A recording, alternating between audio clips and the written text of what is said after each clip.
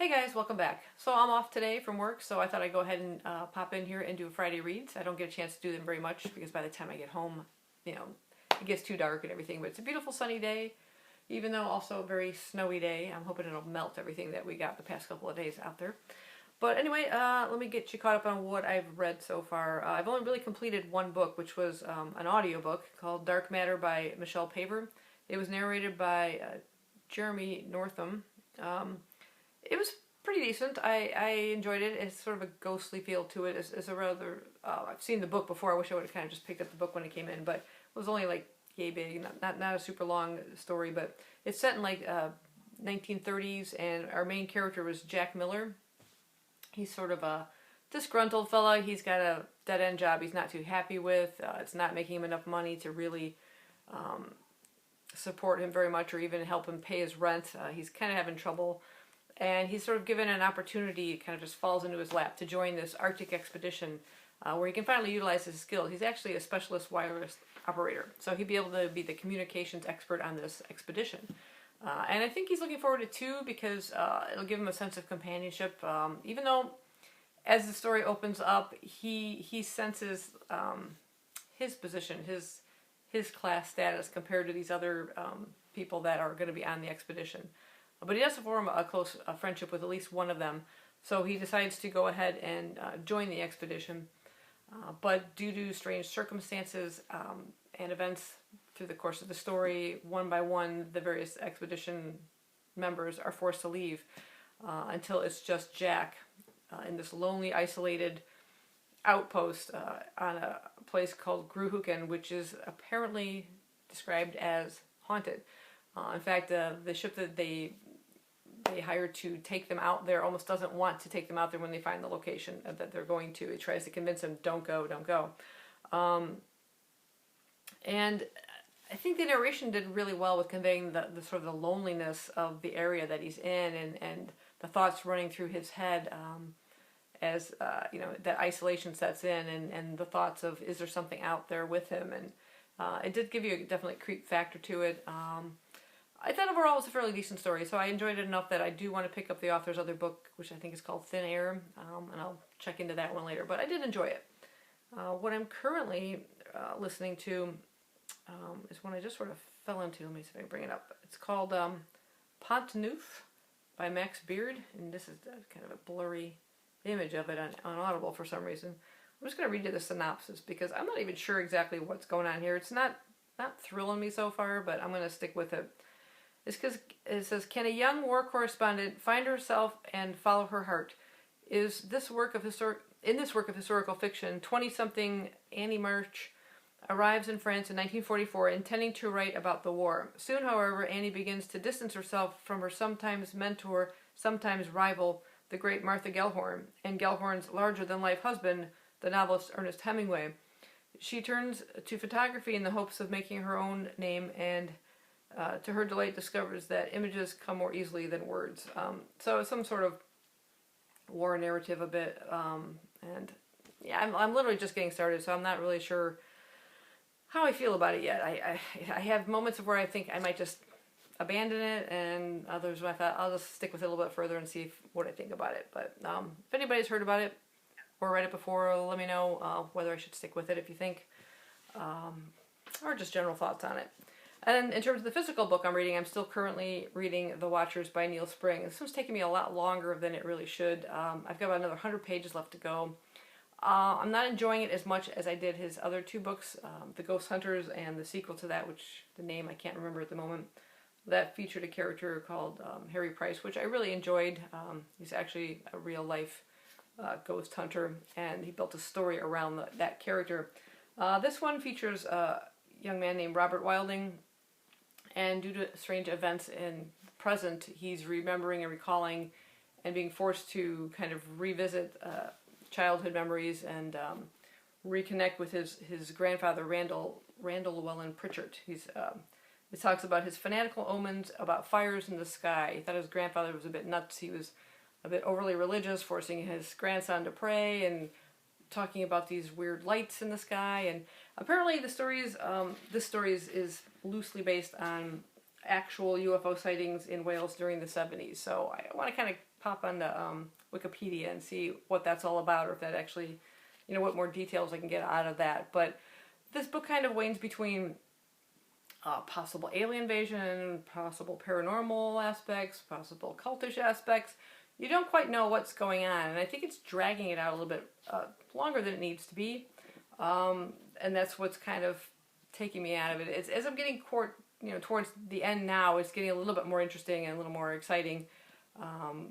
There's definitely something going on here that I'm intrigued about enough to want to finish it, but I apparently seem in no big hurry. So I don't know. I'm a little hesitant to say I would suggest this one. I would definitely suggest his other books. The Ghost Hunter is the definite one to start with, but yeah, I'll let you know in the end what I thought of it overall. But I don't know. I'm just kind of curious to see how it's all going to wrap up. So in terms of, besides the Friday reads, I want to go ahead and tack on a little book haul that I have. I had some books I had gotten in recently and just didn't seem like enough to really do a whole separate book haul, so I'm just going to include it here in the Friday reads. I picked up a few more Sherlock Holmes pastiche books, real thin ones. We had a huge sale maybe 3 weeks ago. But I picked up some before that I'd shown earlier, and kind of grabbed a couple extras just because I was just curious. The first one is Sherlock Holmes and the Plague of Dracula. This is Stephen Seitz is the author. Just give you a little, I'll just read the synopsis for you. It says, "The world is big enough for us, no ghosts need apply," Sherlock Holmes said. But that was before the remarkable adventure Stephen Seitz found recounted by Dr. Watson in previously undisclosed papers. All these papers they find. When Mina Murray visits Holmes at 221 Baker Street to help her locate her fiancé, who has traveled to Transylvania to help Count Dracula secure an English estate, the adventure begins. Holmes and Watson are soon on their way to a land far eerier than the gloomy moors of Dartmoor they had known when involved with the Hound of the Baskervilles. Sherlock Holmes finds himself engaged in a confrontation that unsettles his opinions about the occult and threatens his health, his sanity, and his life. So, that sounded pretty cool. And the next two are by the same author, and I really like the looks of these books, so it kind of drew me in.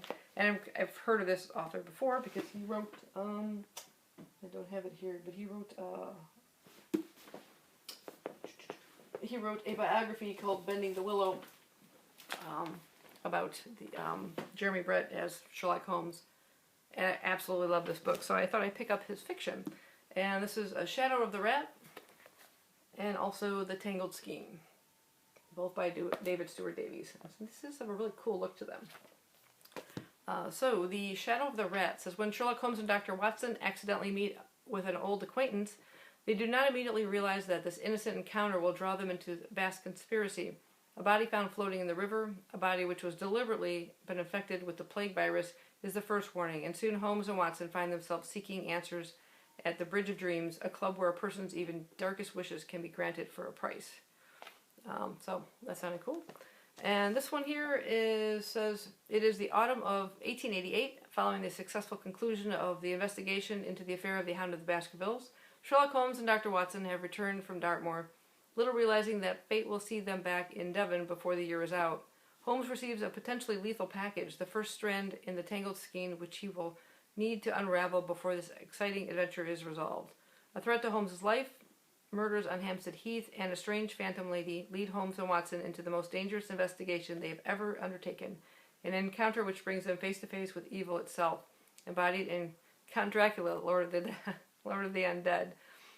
This is the first paperback edition of his acclaimed novel. So I guess he meets Dracula twice. So that'll be interesting. All the ones I've gotten recently, I'm not sure which one I might start with.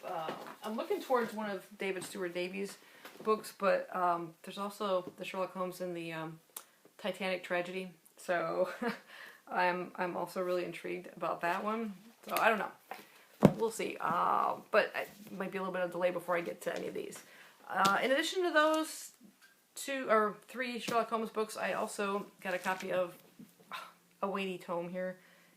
Definitely a mammoth, which I will probably be reading for March of the Mammoth, or at least one of the books.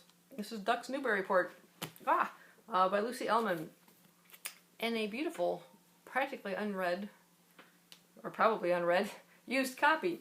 So I got quite a good deal with this. I've heard so many people talk about it. I think it's just the format of it, just being the stream of conscious, practically one sentence long no chapter breaks kind of book that intrigues me as to what I'll think about it. Well, I guess there's a few breaks, but it looks like it's still the continuation of the sentence. So I don't know. It's interesting. I'm curious, and I will see what I think about it. Boom. Probably be reading that, like I said, in March. And then the last one I got is a sci-fi book. It's actually 2 stories in one. This is The Fuzzy Papers by H. Beam Piper. Not too long ago, I listened to, oh shoot, what was it called? Fuzzy Nation?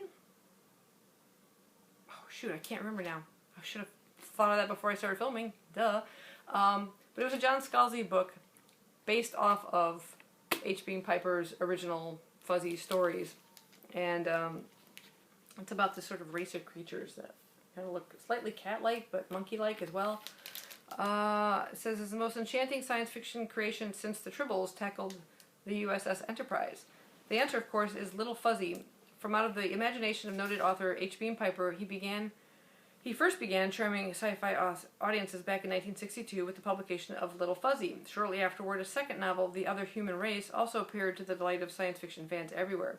Now both books are once again available in a giant 2-in-1 volume created especially for Science Fiction Book Club. This is the Sci-Fi Book Club edition, but I absolutely love it.